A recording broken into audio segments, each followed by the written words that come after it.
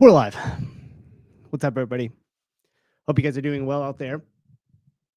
I usually start this with some sort of music, but finally the censors at YouTube caught on and freaking blocked it last time. So we'll figure out how to get some music in, pump the energy up when we start. I got some cool stuff for you guys today. We're gonna do a little investigation, a little speculation, a little research.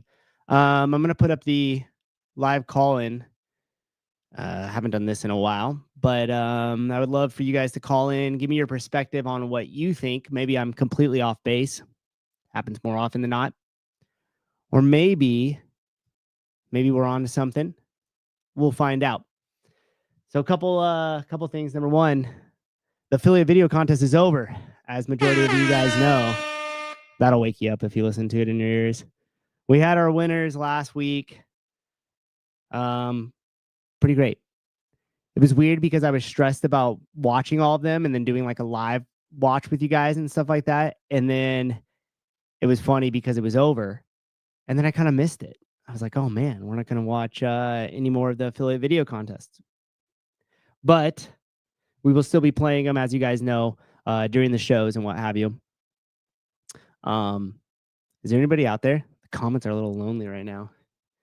The CrossFit got a new CFO, Chief Financial Officer. In case you don't know, now you know. Oh, Felicia, thank God you're here. Oh, crap. Oh, crap. No shit. Yeah, no shit. So CrossFit got a new CFO.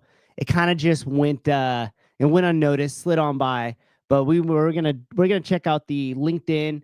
We're gonna scroll through. We're also going to see what Justin said. Justin, I can't decide if I want to read Hiller and the boys going off on Grid League or watch this video. What's on the agenda today, Souza? Read? Are they live or something at the same time I'm live? Those bastards. Boo. People are out here. Good, Adam. Thank you. Thank you. What do you mean read? Where is that? Is it somewhere? Should we look into that too? What's happening? I don't know. I just got back from coaching, so I'm a little behind on the times here. LivermoreArts.com. I want to know in a comment war protecting John Young. Oh, dude. We got to talk. So we'll talk about that too. Here's what's on the agenda. We're going to talk about the new CFO of CrossFit. We're going to check him out. We're going to look at the LinkedIn. We're going to just look at his background, what he's done in the past. And then we're going to check out Berkshire Partners website. There's some interesting stuff in there because it'll show you all the companies that they manage. And it's kind of interesting to just see. It's like mostly technology companies, but they have a couple like consumer companies and CrossFit. Well, we'll go over it. So I'll show you guys the managing the other businesses that Berkshire manages, so you could see all of that. We're going to kind of double click into CrossFit and look at and try to predict kind of what Berkshire is going to do. And then I think soon we should probably be hearing something about like the next season of the CrossFit Games, which will kind of tell us what they're leaning towards. Meaning, are they going to get rid of the sport? Are they going to minimize the sport? Are they going to sell off the sport? Are they not going to change anything at all? These are all questions we have without answers. But as we're going through this, please feel free, call in. I want to hear your guys' opinions on what you think. I also want you, as I give my kind of prediction or speculation on different things that Berkshire is going to do with CrossFit in the future, call in. Tell me I'm way off base. Tell me I'm wrong or not. Whatever. I want to hear. I want to hear your guys' opinions. If you want to completely derail it and talk about something else, you can. I might hang up unless it's interesting. So there's that. Oh shit! And I'm going to do this ahead of time. I'm going to connect the phone right now to the Roadcaster. I just got a new phone too. Check it out. No more beat up case, huh? Now what are you guys going to talk crap about? Okay, so before we get into all that, I know a lot of you guys don't live anywhere near me whatsoever. But if you do, I want to show you something. I'm doing this with two other people. Jeremy and Savannah are their names. The podcast that I co-host with them sometimes is called TTG. It's called Through the Grapevine Podcast, and it's mostly focused on Livermore, small businesses in Livermore. We bring people in, we interview them, we bring in city officials like the mayor, the city planning people, like anything that has to do with the politics or the city of Livermore and the businesses in Livermore. The goal of that is to basically do the same thing that we do here on this podcast. But I figured, hey, if we can make this work inside the CrossFit space, why can't it work inside of a local community? Meaning, giving more people opportunities with a platform to tell their stories. We all know that people buy from people. And so if you're a small business owner, to get your story out there, to get your name out there, there's not a lot of opportunities in local markets to do that. And so that's what we were hoping to provide. And with that being said, we're doing our second, we called it a mixer. Where the fuck is it? Why aren't the damn tickets on sale here? This is absolutely preposterous. And I was going to show you guys because we made it big time. We got all the way up to the Bankhead Theater here in Livermore, where we're going to be having our next mixer. And this is already an issue because I can't find the fucking tickets to show you guys. So clearly, we haven't even got it together here. TTG podcast. Let me show you. Click it over. Oh, look, the Livermore Downtown Association. Yes, we're going to get right into all the CrossFit stuff. I just want to promote this first. So if you're in the downtown area, this is our thing. It's Tri-Valley Rise. It's basically reaching, inspiring small business entrepreneurs. And the idea here is to build a networking group where, let me find the tickets. Yeah, there's the mayor, Mayor Marchand, Jeremy, Savannah. So let's bring up the link here. All right, here we go. Now we got the correct one. Click. Okay, so if you guys are going to be around, you could come in and see us 6 p.m. on January 21st. There'll be a bunch of the small businesses in Livermore in there. And then we're also going to do a live podcast with like live on stage, kind of like a Tonight Show style, where we'll bring people on. We're going to be interviewing the mayor. We're going to be interviewing the city economic planning person, the zoning people, like all of the things that make Livermore tick. We're going to bring them on there and interview them live on stage. I think we'll even have like a local band come and like join us with it. So anyhow, if you're in the area and you want to stop by, you want to hang out, please come over by the Bankhead Theater, January 21st. I think the tickets are like $20 or something like that. That took far longer trying to find that link. It should not have been that hard. Okay, let's dive right in. Berkshire Partners. For those of you guys that don't know, these are the people that own CrossFit. This is them there. This is the private equity company. And originally, CrossFit was acquired by Berkshire Partners and by Eric Roza. Now, I don't have any facts on this because it's all of the company's private. So all the information I don't really have access to. But what I had learned in the past was that Eric Roza put up a small amount of his money. And just a quick little recap on Roza. For those of you guys that don't know, he was really successful in the software as a service industry, if you will. And he worked for a company called Data Logic. I do believe it was his company. And they sold the Oracle years back for like 1.2 billion. Billion with a B. And Roza was obviously a fanboy of CrossFit, especially the games athletes. And I do believe partnered up with Berkshire Partners and put some money of his own into the deal and basically said, hey, look, I was a huge success over here with Data Logic. I could bring that same kind of success here to CrossFit. And I'm super passionate about it. So he put up a little bit of money. And then Berkshire put up a bunch of money. And rumors have it that there was also other money that flowed into this deal to make it work. And again, we don't know where that came from, or we don't even know if that actually happened because it's all private information. But rumor has it that a lot of that extra money came from an outside source. So go ahead. We'll accept the cookies. So here's what this looks like. We have the private equity company, and we want to see their portfolio, right? What that looks like. And what that means is just here's all the other companies that they are currently managing. Okay. Harley Last, I truly don't believe that people or companies will ever capture what the CrossFit community is looking for. Definitely not ones that are looking for dollars. And you guys have heard us talk about this all the time. This industry, especially CrossFit in general, is hard to look at in terms of like, hey, I'm going to do this and get rich. It's tough game. Okay, so here's all the different companies that they currently have under management. Okay, these are all former ones. So these are all companies either that they wound down or most likely sold to another larger company, another private equity company. So as I went through these, and I went through each one of these companies, I wanted to know two things, and we'll just start here up at the top and the left. Is number one, this: what type of company is it? Okay, what type of company is it?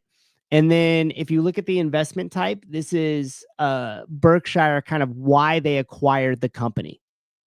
Okay, why they acquired the company. Private equity is PE. Oh, got it. I truly don't believe that private equity people or companies will ever capture what CrossFit community is looking for. No, you have to. We'll get into why I think that is too, why I think they're missing the mark. But so this is one of the companies. Here's what we're looking at: what type of company it is and why they invested. Okay, so why they invested is important. Management recapitalization means that the company might have been in a little bit of trouble. It also might mean that it grew to a certain place to where they needed to bring other people in to help grow and scale it from the point that it's at. And that's pretty common with certain companies. It's like you reach a certain point and you're like, damn, in order to make it to that next level, we need a lot more infrastructure. We might need some money for either inventory or people or whatever the case is. In this case, with the technology company, usually you're investing in more people, in more technologies to continue to grow it. And so sometimes they'll do that as well. Now, if we go here where CrossFit's at, a couple of interesting things. So that one was technology company. Oh, look at this. This was weird as shit. So I clicked it in this company here, Access. It's a service and industrials. Again, management recapitalization. But look where it's located. It's in Livermore. What are the odds of that? Crazy, right? Okay. So as we go through, you saw that one was like services and industrial. We had a technology company. Majority of these, when we clicked, was all like communications and technology. So they're real kind of heavy in the tech and the software industry. Now, hold on. We'll bring up the exact. Okay. So. Sorry, I got to get back to here. I got so many tabs open trying to have all these prepped up. Okay, so management recapitalization, basically, and then here, we'll read the exact definition of it too, so we're all operating on the same sheet of music. The essentially, it's the recapitalization allows the owners to sell a portion of their business while retaining enough to benefit from the company's future growth. Okay, the two most immediate results of a recap are the original owner's role in the business changes and the company's capital structure shifts. Basically, try to hold on to as much as your company as you can, because once those guys come in with the money, typically they want to have some ownership.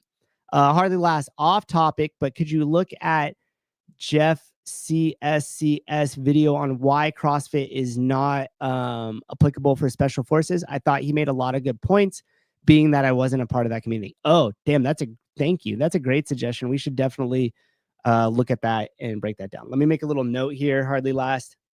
Maybe not for this show, but I'm definitely interested in doing that for a future show.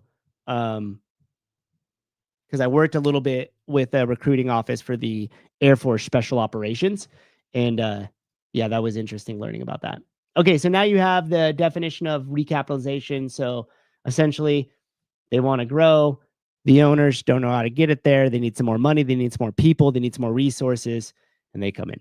So let's bring this back up here so we got the portfolio so you could see them one more time. Okay, so here we go. So kind of interesting because as you click around, and I'll click into CrossFit in just a moment here, but the Eldorado Foods consumer, right? Acquisition platform is what they're looking for. And if you look here, the current Berkshire team, these people down below are the ones who are managing. So they're from Berkshire, but they also help out with, they're managing the company that Berkshire is managing. So these are Berkshire's people. They know their roles. They come in and assist out. This is essentially like the board or people of the board, what they would make up though. Okay, so consumer, right? Because Eldorado Foods is a platform to invest in and build a portfolio of Latin-inspired food and beverage brands. So this is a company that looks like it buys up a bunch of smaller food companies. Latin-inspired food and beverages, to be specific. So here's the interesting thing. And I wish I knew before and I looked earlier because there was a couple changes. So now as we click into CrossFit, it's consumer, which is kind of interesting, right? And like, I guess the affiliate model, and because they sell training directly to individual people, it might just be categorized as consumer. I don't know if it was that before and something changed. I'm assuming it was probably consumer the whole entire time. But if you remember the show I did a while back when we talked about Jenna Haka being hired and the success she had over at Barry's X with like the app, the direct-to-consumer app, and you guys have already heard me kind of talk about that, but it does raise some interesting points, right? It does raise some interesting points. So the investment type here was growth capital.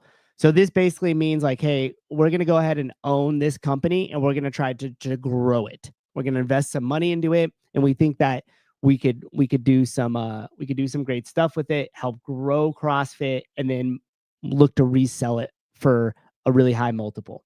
Okay, so if we go down here, here's the two managing partners for Berkshire when it comes to CrossFit, Marnie Payne and Ross Jones. Interestingly enough, there used to be a third one, and that's how I know there was some changes made to this, because there used to be a guy named Howard that sat here.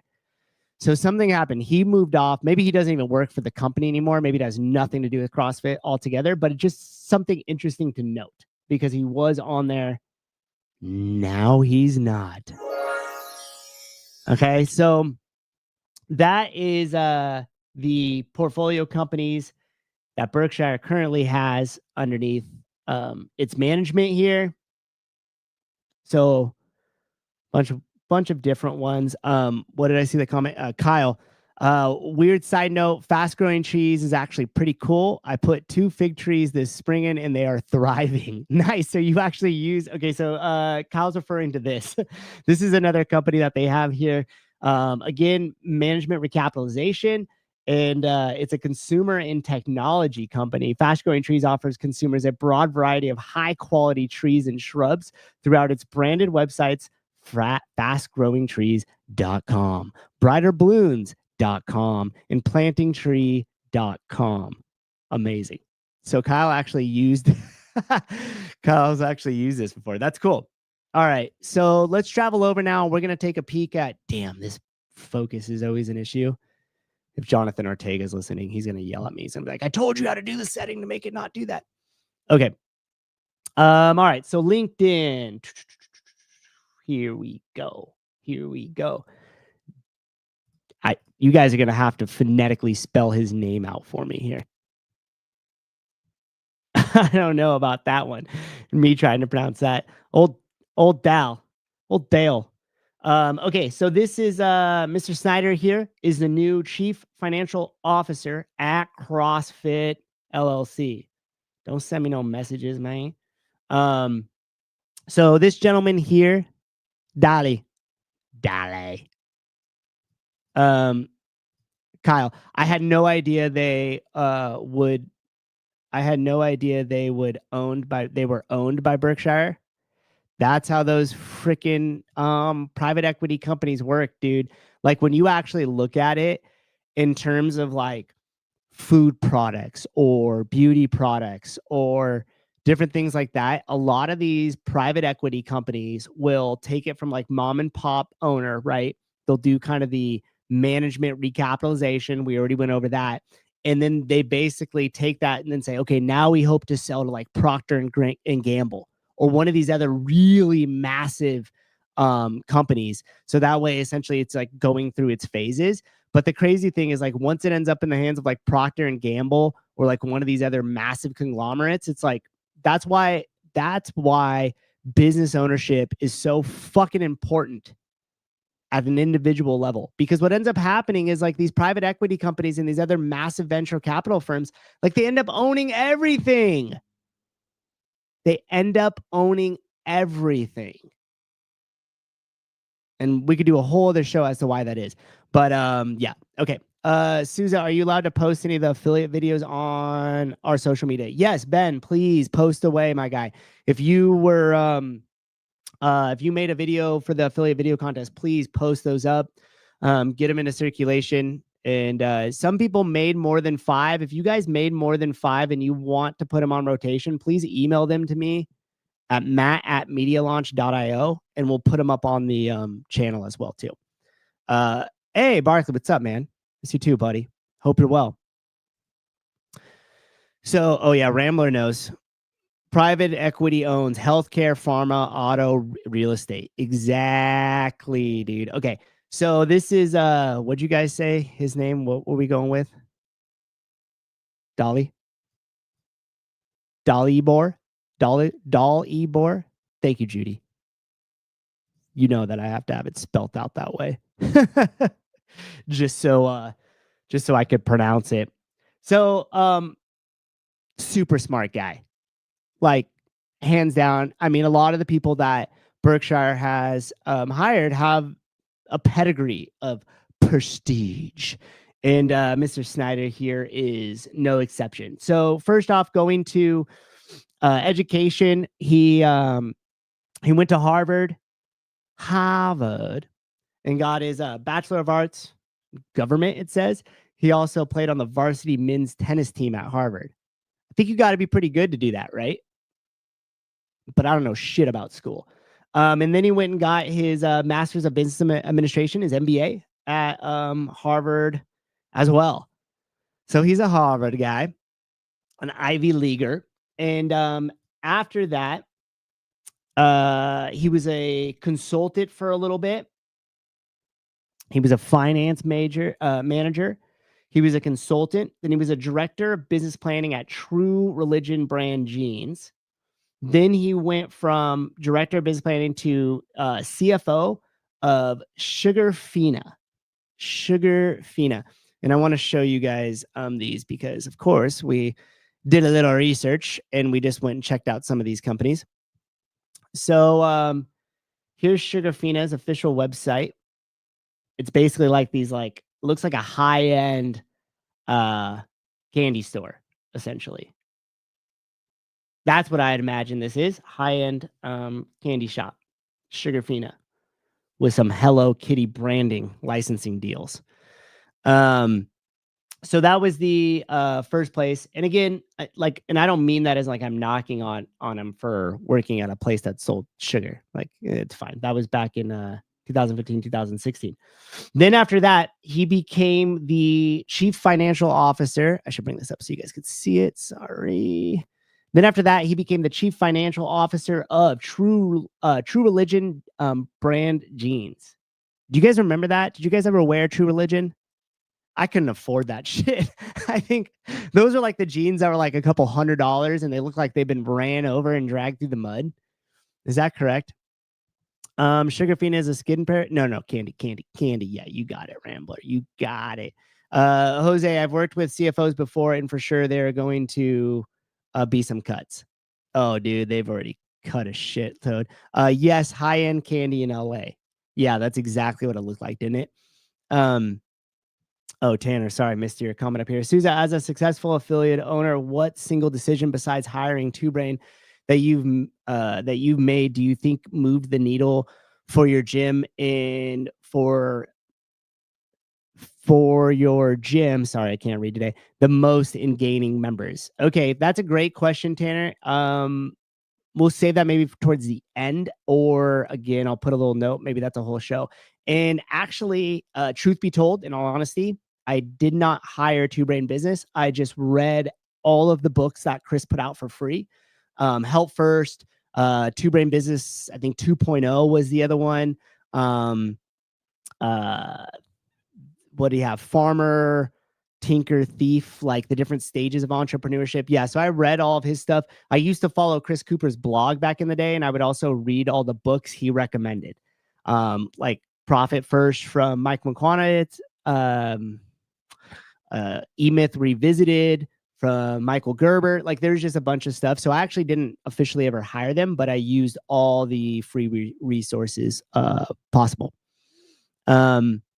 Okay, so Chief Financial Officer of True Religion brand jeans. And I was thinking about it too, because I was like, wait a minute. Like, what happened to that company? It used to be huge, and then it kind of disappeared. And that is basically exactly what happened. So if you look at this, they didn't like go away, but they filed for Chapter 11 bankruptcy. And Mr. Snyder was the CFO that took them through that process.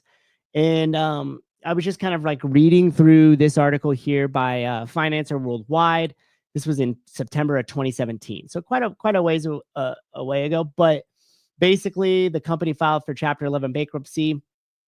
And the listed assets and liabilities ranged from 100 million to 500 million. So basically, like the company was just underwater and it couldn't pay back its debts. The company reached a restructuring agreement with lenders, which will reduce the company's debt by over 350 million. So basically, like, we can't pay this.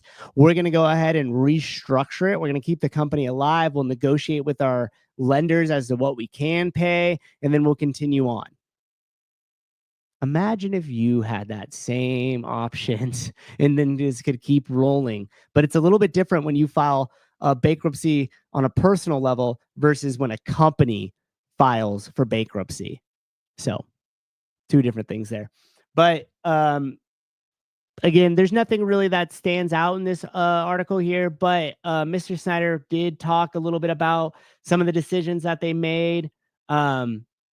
And then it'll kind of go through and like it explains it in all these really big words that, basically say like the company ran out of money. They had to go back to the drawing board. They had to negotiate with all the people that they owed money with. They lowered that. They restructured some shit. And then, and here they are. Now they're rolling again. It was kind of funny because they actually noted here why this happened, right?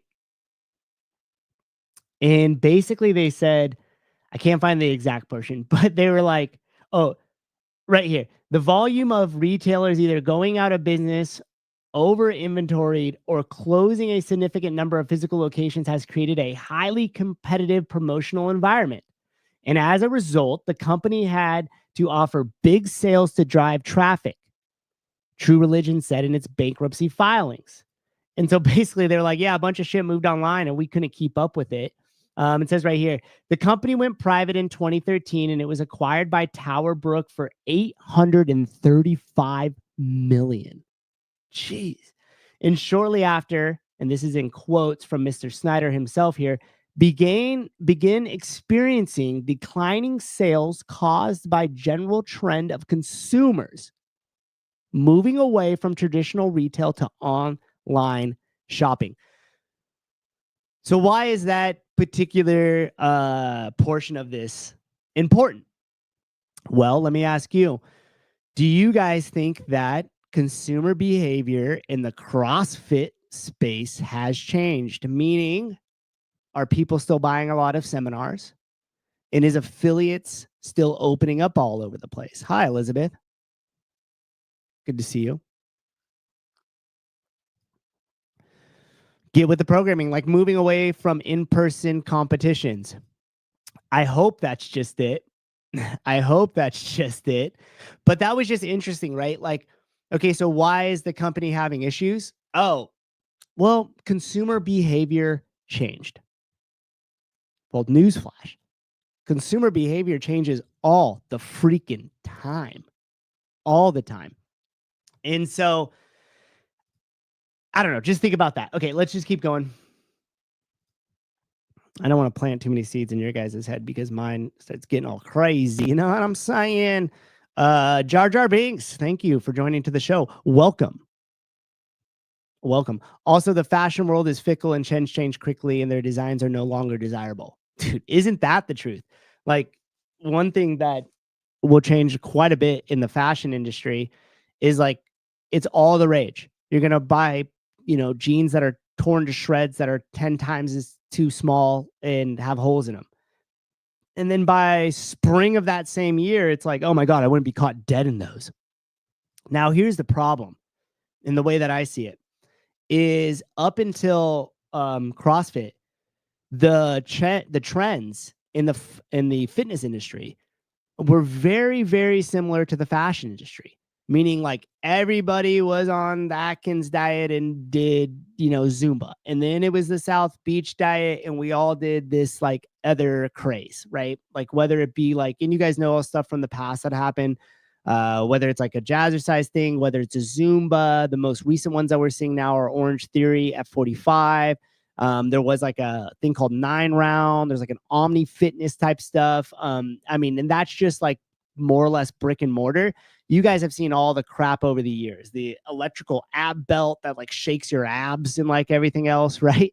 And so there's just like, if we're going to have to file some sort of bankruptcy claim or say that, hey, consumer behavior changed and there's not much we could do. We have to resettle all these and, resettle all our debts and restructure the whole thing and file for bankruptcy. P90X, how could I forget that one? P90X. I mean, I did that. Everybody did that shit. Jazzercise, Clemens, owned by how do you say your mom's name? Verna Howell, is still going strong 50 years. That's fucking savage, dude. That's awesome, JR. And it's funny. Yesterday when I was listening to Get With the Programming, Bill and Chase had Tyler Watkins on. By the way, if you guys haven't seen yesterday's show, the discussions and the conversations towards the back end of that about just CrossFit and their kind of where they see it at now and where it's going is great. You guys should definitely check it out. In fact, I'll probably play a little bit of it if we have time towards the end of this. But yeah, Chase said something about, maybe Chase or Bill said something about jazzercise, and immediately I thought of JR. I was like, don't say that because his mom's had a studio for forever. But anyways, a lot of the trends happen in the fitness industry a lot, right? So I just like, that just raised the red flag for me when I realized, damn, that's the main thing that they're stating for true religion. Again, we're talking about genes versus fitness here. So, there's quite the leap. The next one was back to Mr. Snyder's resume here. The next one was Chief Financial Officer of Chrome Hearts. Chrome Hearts. Had to look that one up too.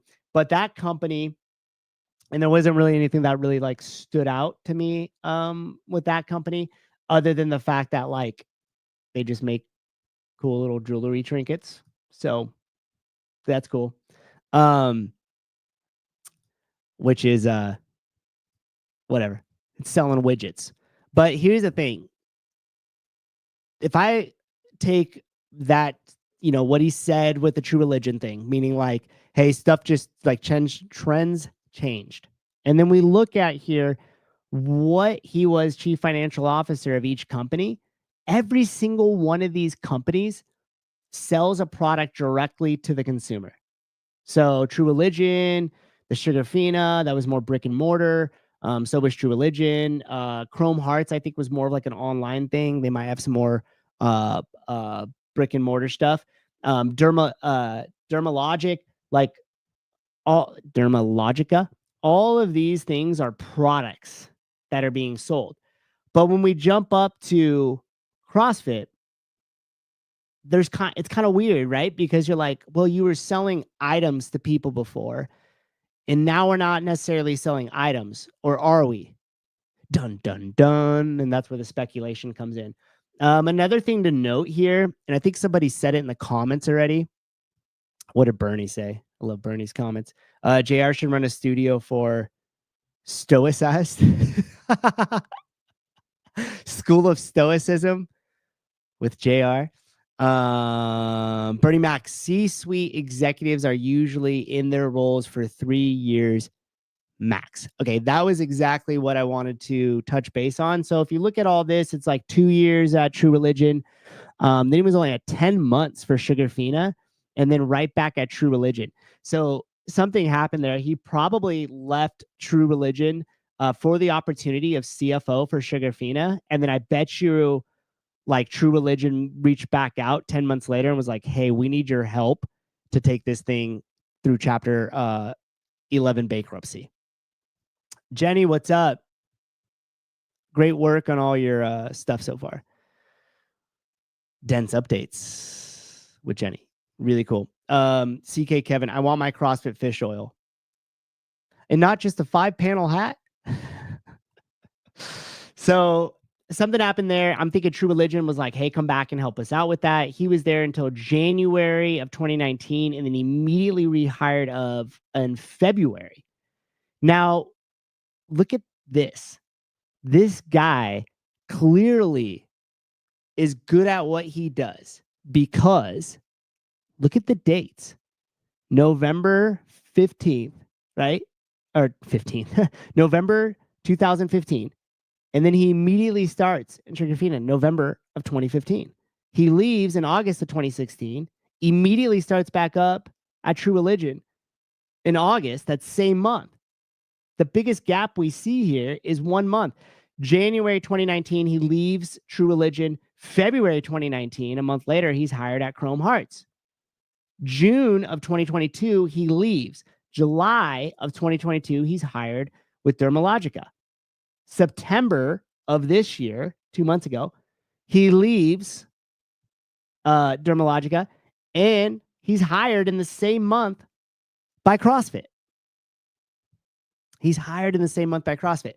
So when I see somebody that's a C-suite level executive like that, that's just like moving that quickly, the first thing I think is that this guy is hired with a skill set, and they need that skill set over at CrossFit. And that was the same thing we talked about with Jenna Haka. Like if you look at the success that she had with Barry's ex, you could tell that she was sought after for a specific reason. And I just think that it's this guy, Justin. He's a specialist. Correct. So now the next question is, a specialist in what? Elizabeth, he'll be at Peloton soon. Hi, Trish. Welcome to the show. We're doing a deep dive into CrossFit's new CFO, and we're checking out what's going on over at Berkshire Partners. Yeah, so he is a specialist, right? So then the question is like, what does he specialize in? Now, there's 2 things that come to mind. Number 1 is he sells consumer goods, direct to consumer products, right? The second thing that came to mind was the fact that he took True Religion through Chapter 11 bankruptcy. So he filed for it. He helped the company through that process, which means 2 things to speculate there.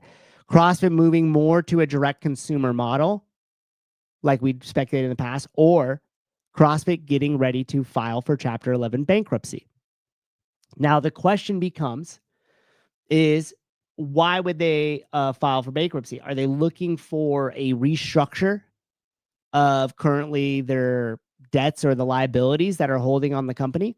Or did they hire Mr. Snyder here because they're going to pivot more to a direct consumer model and they need kind of the financial expertise to make that happen? Justin's going with restructuring. Okay. If you guys have an opinion on this and want to call in, the numbers across the bottom. Don't be afraid. What debts could they possibly have? Well, that's a great question, Trish. So let's think about that. What are some stuff that CrossFit has invested in the past? How much money have they invested into things in the past? And were those things successful? Now, a lot of them we don't know. Some of them I've heard, like, through the grapevine. I know that the precision health thing or wild health or whatever it was called prior to this second, whatchamacallit, Jenny's comment threw me off because there's some other information I have on that too, Jenny. Sorry, shit, totally lost my train of thought. Okay, we'll just go right to Jenny's comment. Maybe it'll come back. Oh, Wild Health was done. Thank you, Tris. Yeah, so they invested, I heard, quite a few $1 million into Wild Health. It was a complete dud. That was Rosa era, correct? But these are all still debts that they're going to take on. Just because Rosa was there and Rosa left doesn't mean that all that money that was invested into initiatives in the past like go away with Rosa. They're still carrying all that, the financial burden of those initiatives. And I know you probably know that, Trish. I was just utilizing your comment here to make that point. So they had Wild Health. I also heard that CrossFit a while back invested into some sort of like clothing manufacturer to make it easier for affiliates to get like t-shirts and sweatshirts and like that type of shit inside their gym. I heard that was a complete dud. I heard they paid a pretty penny for the ham plan, that programming that is now cap. Not to mention all this payroll. I do not think Mr. Don Fall is sitting at the helm of CEO because he is he's just a good guy and wants to volunteer his time. I don't think that Mr. Snyder here, our new CFO, is also volunteering his time. I think that if you look at the pedigree that he has, the pedigree that Don has, I imagine that their salaries are in the mid to higher six-figure range. And all of that is going to be stuff that the company is paying out. And depending on how profitable they are, which we know they've been struggling, who knows? That could all be money that's been reinvested. So that type of stuff and a bunch of other things that we don't know about could potentially be debts that they're carrying on the companies. Lauren, bring in Elon. Agreed. Wild Health was a disaster. Yeah, I thought Wild Health was just a sponsor. No, so some of these things that these initiatives and different things that CrossFit is doing, including its current medical society, is not things internally that are theirs. And so what I mean by that is, like, let's say Captain Rogers and I have this great plan, and we're going to say we're going to run a medical practice inside of our affiliate and all that, but we want it to be synonymous with CrossFit. Then essentially me and Captain Rogers would go to CrossFit, pitch our idea, and they say, okay, well, what do you want from us? And we say, we want rights to use the name. And then CrossFit says, okay, well, here's the deal. Here's what we agree upon. You're going to pay us, or we'll get a certain amount of this revenue, or whatever the negotiation is and ends up at. And then now Captain Rogers and I get to call ourselves the CrossFit blank without actually being internally owned by CrossFit. And so there's been a lot of things that kind of happen that way. The other problem is too, is that that's not debt. No, it's not debt, but it's money that Berkshire has dumped into CrossFit, right? Unless they're profitable and it's self-running, it can pay for itself. I don't know about that. Trish, I reached out to them and figured what they were up to, and their offering was limp. Like a limp handshake. It was worthless. They did blood work to determine some woo-woo health metrics. Oh, shit. So licensing. Yep, exactly, Captain Rogers. Exactly. So the issue with the licensing thing is, like, I just wish they were more forthcoming with that type of stuff. Like, hey, this actually isn't owned by CrossFit. We're partnered with them, or however you want to say it. And maybe they did, but then they kind of swept it on the rug. But I think that stuff should be made more clear. Hardly last, Dawn has been a disappointment. When I heard a Marine combat officer was going to be taking over, I thought the BS was going to be squashed. Every Marine officer I met so far was an absolute stud. And, I don't know if we could personally tag Dawn with that, because we don't know what he's dealing with on his end. Like, you just don't know. So he might have ideas and different things, but the board maybe or maybe not might not let him have the autonomy to do those. Some people I've talked to say that Don has all the autonomy, that it's up to him, that Berkshire is letting him just roll and like do his thing. And then I've also speculated that Don doesn't have as much autonomy as we believe him to have. So, James, very interesting, my friend. Perhaps they are expecting to be sued into oblivion. Damn. Captain Rogers, it may have been a disaster, but I don't see how they lost money on it. Well, what happens if the Wild Health thing wasn't going to be a licensing and they started to dump a bunch of money into it to fund it, and then it went nowhere? Because that's what I think what happened with Wild Health. And then I think they ended up learning their lesson and then maybe doing a licensing model with the current one that's on there, the Medical Society current one. Again, I don't have any of this information, so it's just speculation. People that know inside of CrossFit might be laughing right now and saying, "Oh, he doesn't know anything. He thinks he knows so much." And then I would laugh and be like, "You guys fucking suck at communication. How about that?" All right, so here's what we got going down. Just to wrap up here, not a lot on this gentleman. Like, I did a pretty big deep dive. He's not on any of the platforms, the Facebooks, the Instagrams. Captain Rogers, why would they do that? Dude, exactly. I mean, the same reason why they would pay a ton of money for CAP, the affiliate programming. It's like, why would you pay millions of dollars? Dude, yeah. And maybe they were just super flushed with cash at that time. So they're just and maybe Rosa was sitting at the helm and had more autonomy and just threw a bunch of money at shit. I don't know. Did you see that Grid League is coming after John Young? I hope so. I love when John Young stirs up some controversy because he's like, his mouth gets him in trouble, but he's like one of the nicest guys ever. So it's like, you actually knew him. All right, so that's basically the rundown here on the new chief financial officer over at CrossFit. At least we don't have him at South by Southwest saying CrossFit sucks, so that's a plus. And we'll kind of keep monitoring this as it goes along.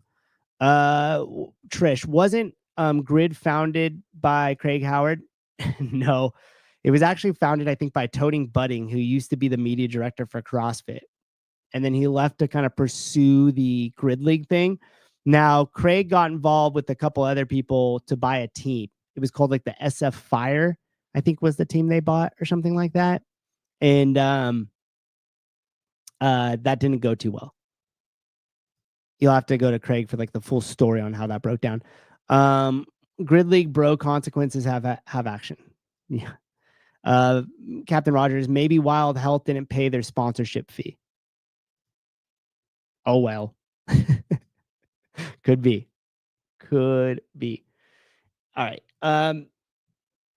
This other piece here, which was interesting, was and you guys have probably seen this before, but this just kind of led me to like Don's deal here, where it was his LinkedIn. So we have like head operations of Pinterest, VP of online operations for Facebook. But at least there's like 1 month gap. At least here there's a little bit more, right? February to whatever. And then he was there for 6 years. Then look at that. He's still sitting on the board here of Neuro International.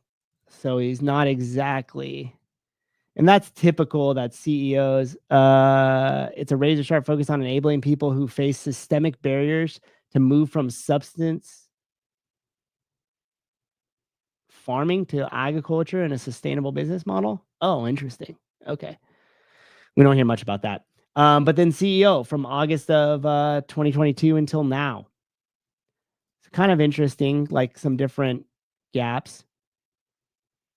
Makes it look a little bit more realistic, like it wasn't sought after, but he was just like doing stuff. Manager of online sales and operations at Google. platoon commander, United States Marine. I mean, these freaking guys are, they got a pedigree, huh? Just for the hell of it. Let's look at DeCoons. Oh, so he's still sitting on a board too. New Dawn Ventures is investment platform compromise of experienced founders and investors providing growth capital and shareholder liquidity to emerge brands in the consumer health and wellness space. The Bar Method was CEO to president. Yoga Works, Highland Capital Partners was a principal. Menlo Park, Santa Monica Bay Area. Seattle, Washington. Oh, that's funny. His says hybrid. So the CFO said remote. So the CFO is totally remote working. And that's interesting. But he's like a hybrid. But it says it's in Seattle. What? Is there a headquarters in Seattle? Where is CrossFit? Is there a CrossFit headquarters anymore? Is it still like Boulder, Colorado, or is that not a thing? I don't know. Okay. Let's go to Jenny's comment. Oh, hi, Heidi. Welcome to the show. Grid is just a Florida thing now. Yeah. It's got to stay a Florida thing out. Holy shit, I just checked it out. This shit is a joke. What, Grid League or the comments going back? It's just an idea now. Grid League or CrossFit? Which one are you talking about? Remote C-level role is useless. I mean, did you guys listen to the Katie Henniger show this morning? I haven't got a chance to finish it. I listened to like the majority of it and then started coaching and stuff. And it was awesome to have her on. And like, I love how Savon, like she definitely was thinking it was just going to be all the invitational. And I love how he like pulled it in different directions and was like, oh, well, we're going to talk a bunch now about the old days of Rogue and how it came to be, which was really cool. But did you, when Sevon was like, wait, so you have like 800 people, like blah, blah, blah. Like, do you guys have, is everybody there? And she was like, yep, everybody that works here is here, meaning no remote workers. I think it was because Heidi asked the question if she could be hired remotely, which when I said that, you guys got all up in arms, huh? Katie didn't answer any of my really insightful questions. Some of you guys' questions were out of hand though. So do you blame her? Yes, damn it. Just saying, more effective if you're all under the same roof.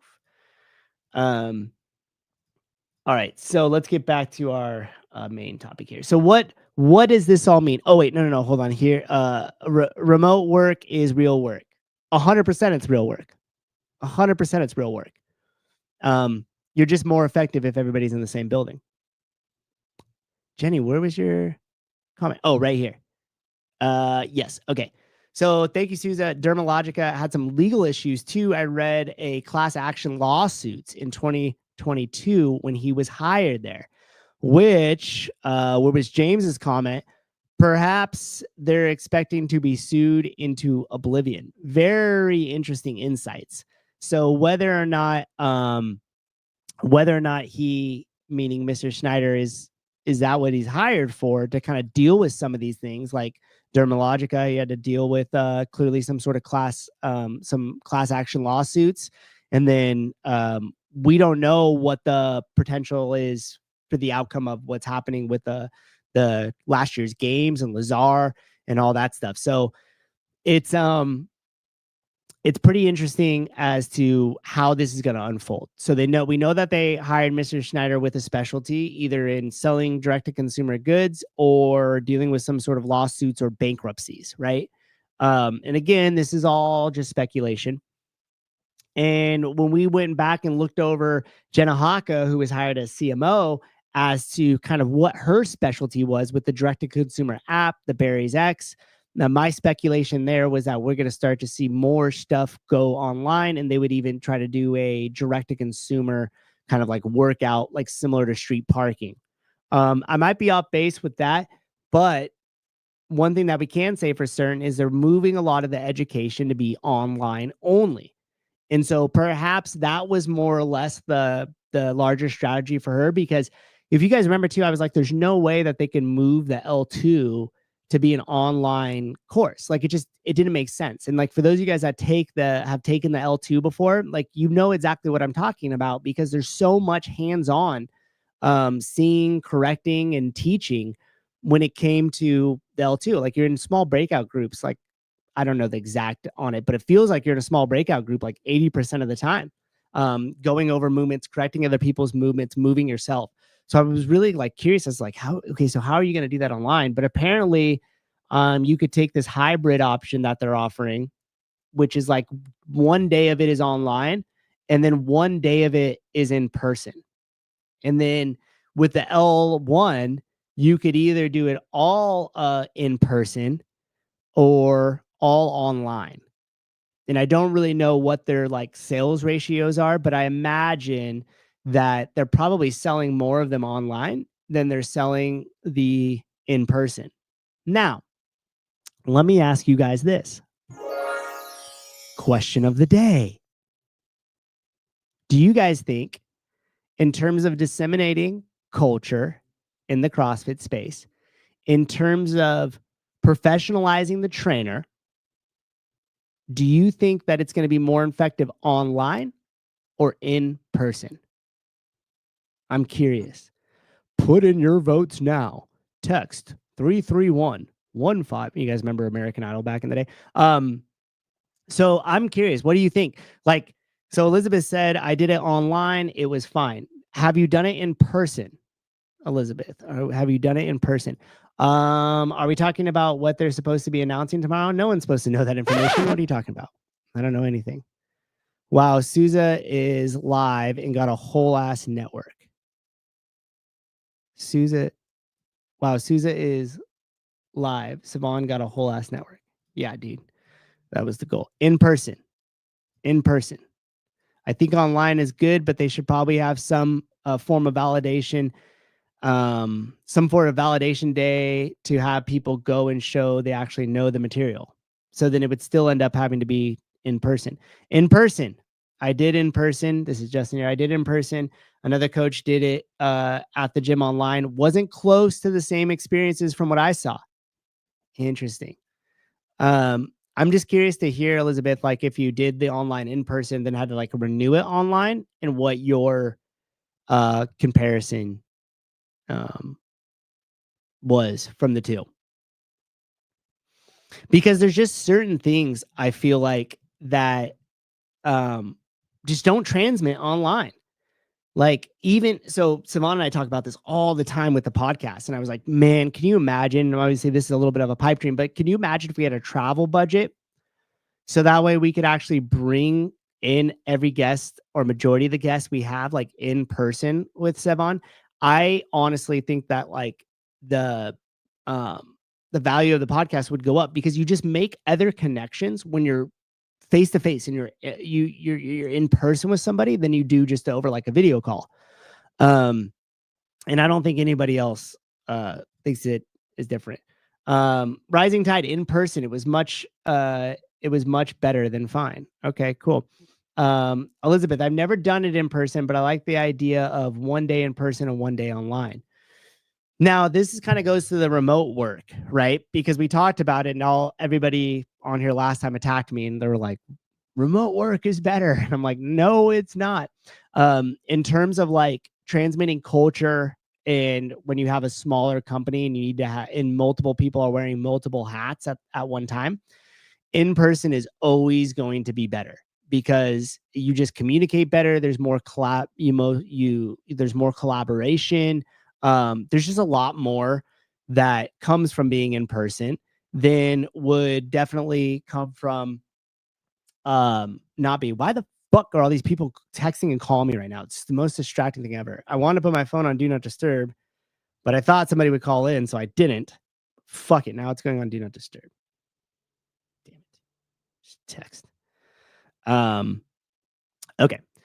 It depends. I know, Heini. I know. I'm trying to tell you it depends. So if you work for a major corporation, or your job is to crunch numbers independent of the other stuff that's happening in the operations, then yeah, it probably doesn't matter as much if you're in person or not. But if you're trying to develop a culture, if you're trying to develop a high performing team, and you're trying to have a lot of collaboration to execute on multiple things at one time, you're never going to beat being in person. And I honestly think that when we talk about the L1, when I took mine many moons ago, I remember specifically, by the way, my L1 instructors were Neil Maddox, Pat Barber, Miranda Alcaraz, and Jason Khalipa. And I remember when I took that the first time I took it, it was, they basically said, like, this is where we disseminate culture of CrossFit. This is where we hold the line.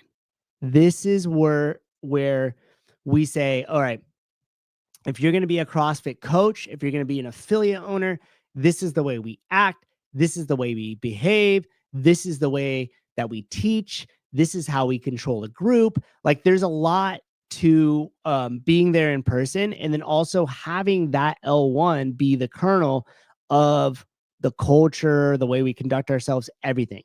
And so in terms of like, and you've heard people talk about all the time, like, oh, you need more quality control in CrossFit because you have one gym that's doing great and the other one's like chaos.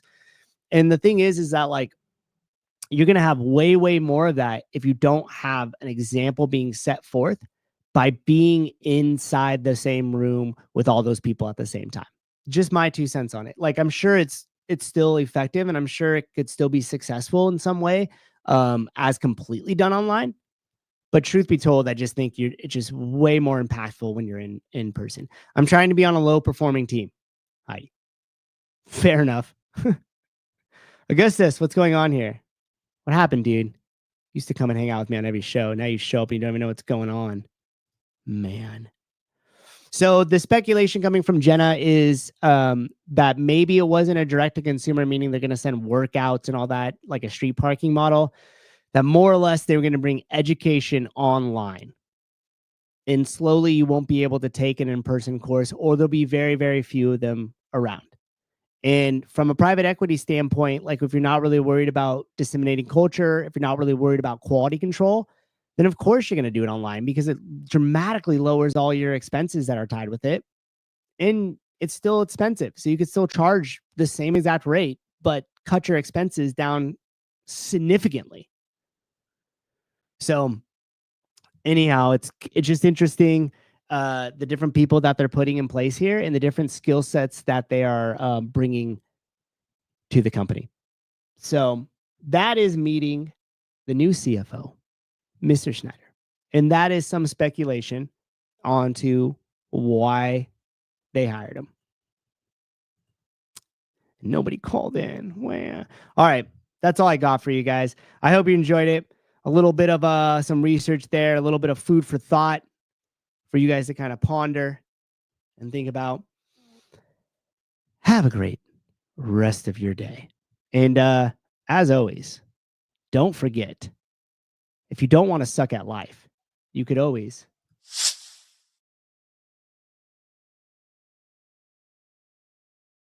go to school. But I couldn't bring it up in time because I didn't have the tab ready. We're going to try it one more time. Let me see if I get it. I have so many tabs. Do you guys use a little thing on Google to sort all your tabs? Got it that time. If you guys aren't on this, then you probably are leaving a lot of money on the table. You could be better at life and as a person. So anyways, all this is free, of course. We have all of our normal characters in here, but in the classroom section, there's a ton of cool stuff, including a year of event planning for you and your gym. Also a bunch of other stuff in here that hopefully provide some sort of value to you as a coach or an affiliate owner. So there you go. You could always go to school. I meant to bring it up, and it was going to do the bumper, and then it was going to be shown, but I couldn't do it in time. Sorry, Heidi. Elizabeth, thank you for your brain and knowledge. Well, hope it means something. Hope you got something out of it. Appreciate that. Harley Lash, check out that Jeff CSCS video, man. It's good. I will. Thank you, Harley Lash. I actually appreciate that, because I've been wanting to dive into some topics about programming for different things like first responders, military, and stuff. And that'll be a great way to talk about that discussion. All right, guys, thank you very much. Have a great day. Be good to each other out there. At the end of the day, that's all we got.